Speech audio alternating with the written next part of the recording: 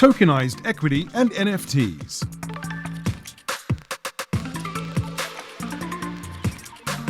The evolution of token offerings and shaping NFT trends. Moderated by Maru Patel, My Tokenized Capital. With Matthias Mendy, Dubai Blockchain Center. James Haft, DLTX. Michael Zhao, VG Pay and IDCM. With Adrian Nicolescu, Cloudcoin Consortium.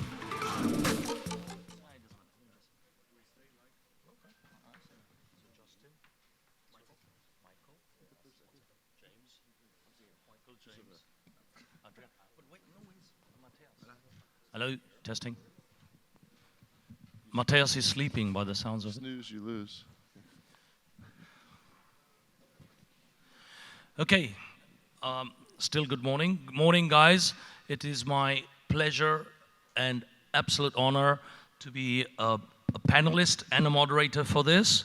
And today with me, I have 1, 2, 3, -1. Matthias is missing. I know he was partying last night. So, are we all awake out there? Well done. Great stuff. So I will let the speakers over here, the panelists, to introduce themselves. Proud to say the guy on the far left, I know for 15 years in Romania, so we will not do this in Romanian language. You'll be pleased to know. Adriane, haide. Good morning, everybody. I'm very happy to be here. I'm Adrian Nicolescu, serial entrepreneur and investor. My areas of expertise are sales, marketing, and business development. And besides having advisory roles and being in the member boards, I'm involved directly in Cloudcoin, which is a post-blockchain digital currency, DAO1, which is a decentralized autonomous organization, Faster Capital, an accelerator for startups, Saga Global Venture, a venture capital firm in London, and also I'm a mentor in Richard Branson's Virgin Startups program in UK. Happy to be here and to contribute. Thank you. Thank you. Hey everyone, I'm coming from IDCM. We're a digital asset platform, and we also run a crypto payment gateway. So let's keep it simple. Yeah. Thank you. But if you could just say name and company. Michael, or you can call me Cute Papa. And company. Name of company. IDCM. Well done. Yeah. Go for it, James. Hi, I'm James Haft. I'm the chairman of DLTX. We're the only publicly listed company that's a portfolio of distributed ledger technology assets. So if any of you guys out there are confused or looking to distribute, allocate investment into this field but don't understand private keys or wallets, but would like to have exposure, look up DLTX. We trade in Euronext on the Oslo exchange. Great, thank you. So Michael, let's start with you. Perfect. In this part of the world, and especially in Asia, how is this market with NFTs, DeFi, how do you see it going in the future? How do you think in terms of, I guess, user take-up and the number of investors in this market? How do you see it growing from now to scale at a much, much bigger level? Okay. I wouldn't say I know about this market, right? Because normally when you hear someone say, I know about this market, most likely he doesn't, right? So, like, it's changing rapidly. Yeah. Like for NFT, right? You know, actually, I don't know how many of you guys actually been in crypto, right? Like a lot of people actually got into crypto or digital asset for the past 6 months or 3 months, right? Because of the hype, right? NFT has been around for almost 7 years, right? Started from 2012 as a non-fungible token, and really didn't really get any traction until probably 2-3 years ago when the crypto kitty thing, right? And then this time again, right? So I think I'm happy to see more people get involved, but I am still taking a relatively conservative stance regarding the NFT hype. Absolutely, great point there, Adrian. Coming to you, in my view, what we are doing at My Tokenized Capital is making it available for the masses, okay? This just now, for me, as making an impact on 1 billion people's lives, it's not happening because you got 120,000 people, real investors buying it. So my view is, how do you scale it? I mean, I'll tell you what we're doing, but it'd be great to see where you're coming from the cloud side of things. First, I would like to share an idea, because the beauty of those events, so to come to your question, I need to share an idea first. Make it quick, eh? Very quick. Coming to such events is beautiful because you can get 1, 2 ideas which can be life-changing or business-changing. And that idea is that usually when something is all over social media, it's too late to enter. There are some barriers right now to mass adoption, and some of the barriers are that most platforms are created for tech-savvy people, and these are not the majority. So these platforms need to have usability to be translated for non-tech people, which are the majority. Also, there is still risk when you place some funds in such an asset, because it's not as safe as going to a bank, where when the card is hacked, you can get the money back. And these are problems and opportunities which could be solved by startups to help the mass adoption. And so what you're talking about is the user interface, user experience is still very complex. But that's true for almost everything we do in blockchain. And we are at fault. That's why the adoption hasn't been grand and massive. James, thank you, Adrian.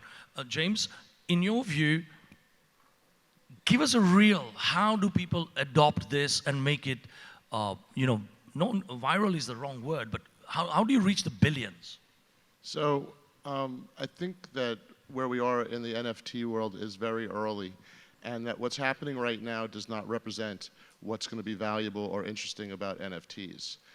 People right now, by their nature, try and attach money value to everything that comes out. And so right now we have tokens, and we have ICOs, and we have NFTs, and the NFTs are being used for art. But we don't really need NFTs for art. We already had art. We already have digital art, right? So we don't need NFTs for these things, and that's not going to be the ultimate use for NFTs. NFTs are going to be used to carry data between protocols so that humans can interact with simple interfaces on your iOS phone, and NFTs are going to do the work in the background to carry the data from protocol to protocol so that you won't need to know what protocol you're using. So right now, you can dabble in the art NFTs if you want. It's probably a little bit dangerous because it's frothy, and in the long term, I don't think you're going to find that the use case that we have now for NFTs represents anything other than the simplest first use case that people used and gained some attraction. But in the long run, I don't think you're going to remember this phase at all. No, that's a very good point about a phase that we're going through. So one of my challenges, as I said, we've developed a platform, this is not a pitch or something, where I think the solution is everyone's used to social media, Facebook, Instagram, YouTube. To me, any of this can be an NFT because it's unique content, but my background is real estate investment as well, right? So why can't a piece of building be an NFT because it's everything unique about it, and then take it to the metaverse world and do all the things you do with real estate? It's a 250 trillion business. So why can't you rent, share, collect rent, give dividends to the NFT owner through a fractionalized thing? So we developed all of this, by the way. But you can. But as long as you need to use the letters NFT, it's not going to be mass adoption. Exactly. Right? Because you don't want to own an NFT. You want to own a piece of a building.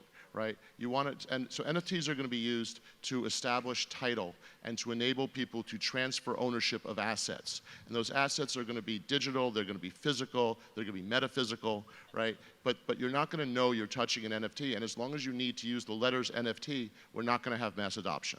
No, absolutely correct. I mean, that's what I said. Even 4 years ago when the ICO boom was happening, I said, no, tokenization of asset, it could be any asset, is an NFT. Now we're calling it NFT. Hell, I did this 40 years ago, right? In real estate. You take crowdfunding, you break it into bits, which is now fractionalized NFT, same thing, and then NFT is the building, and you share it with all your investors. So even yesterday when we got the award for the best tokenized asset thing. Congratulations. Thank you. Is about tokenized asset. I don't want NFT, really. That's the whole point. Is that NFT. when we're talking, what's happening right now is that in order to have transferability of assets, you need to have a ledger. You need to have an ability to know who owns what and what the history of the asset is and how do I acquire it.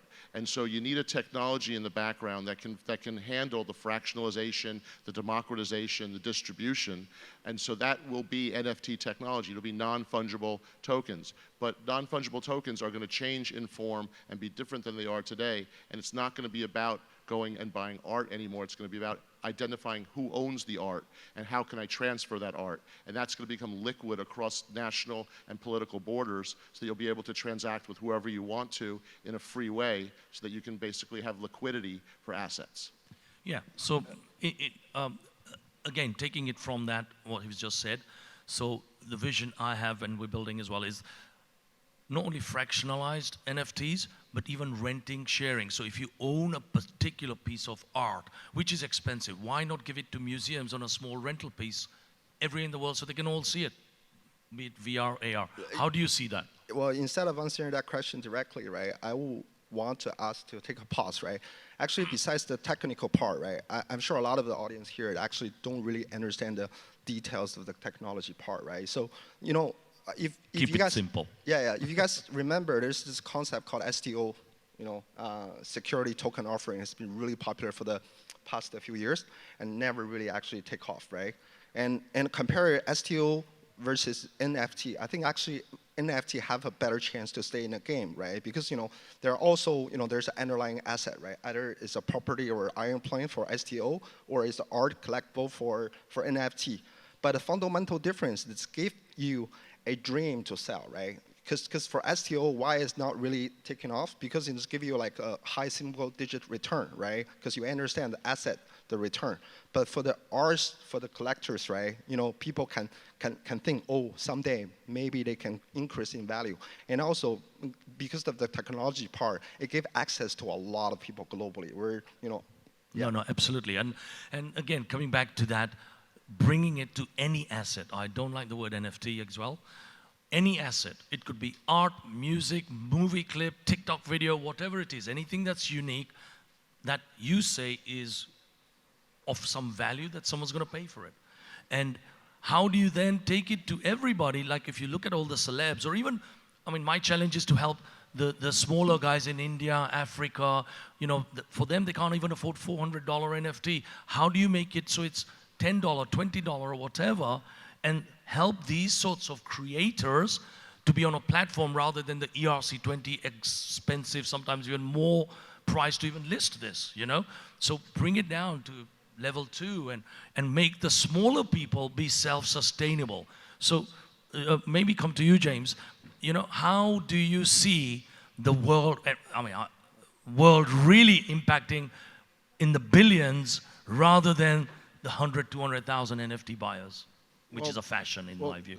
And the concept of a non-fungible token has been around for hundreds of years. I mean, baseball cards are NFTs, right? Each card is a token, each one is individual, so that's an NFT. Magic the Gathering, you know, which is the most popular game in the world, those cards were NFTs. The formation of the first exchange for digital assets was called Mt. Gox. So Mt. Gox was MTG, Magic the Gathering. It was a trading form for cards in the Magic the Gathering game. So this has been around for a while, and the upcoming generations know exactly how to use it.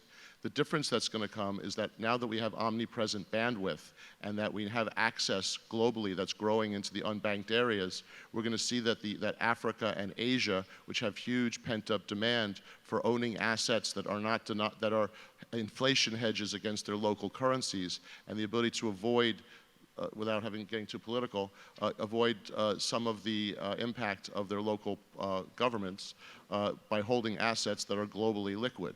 And so the way that this goes international and goes global is that we have these platforms that cut across political boundaries and enable people to deal with each other in a trustless environment where you don't need to know who the other party on your trade is. And you don't need to trust them because the protocol takes care of the ownership and the identification and allows two people without knowing each other to transact in value and information.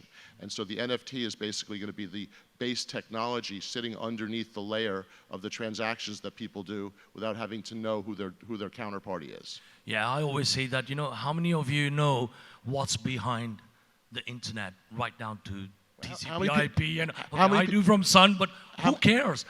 Who knows what's behind mobile phone infrastructure? Right. Who cares? How many people know how their phone works? How many people know how their car works? That's when we know when we've cracked it, you know? When it's as simple as that, you say, I have a piece of something, you put it on a platform like a mobile wallet even, and away. You connect it to an exchange and you start making money. Adrian, so again, in the early days when the .com thing started and you're into the cloud thing, you know, we had this thing called the network is the computer. It took 20 years for the world to realize what the network is the computer actually means. It's now there with cloud. In the NFT space, DeFi space, banking space, how do you see all of this as a service to make it so simple that even someone with a mobile phone in Africa, India, wherever it is, can just say, you know what, I'm earning $1 a day by just being here. How do you see that as cloud as a service? It takes time, basically, for those notions and the idea for these services to become second nature. Let's think about the customer habits. People like to own collectibles. In their mind, this will increase in value over time. Also, people like more to buy digital stuff today than physical stuff because in the tablet and mobile phone culture, it's very easy to show them. It's very easy to share them. But at the end of the day, most of these tokens, even if people are called them investments and they expect them to rise in value, they are utility tokens. They are not securities, which is very, very important.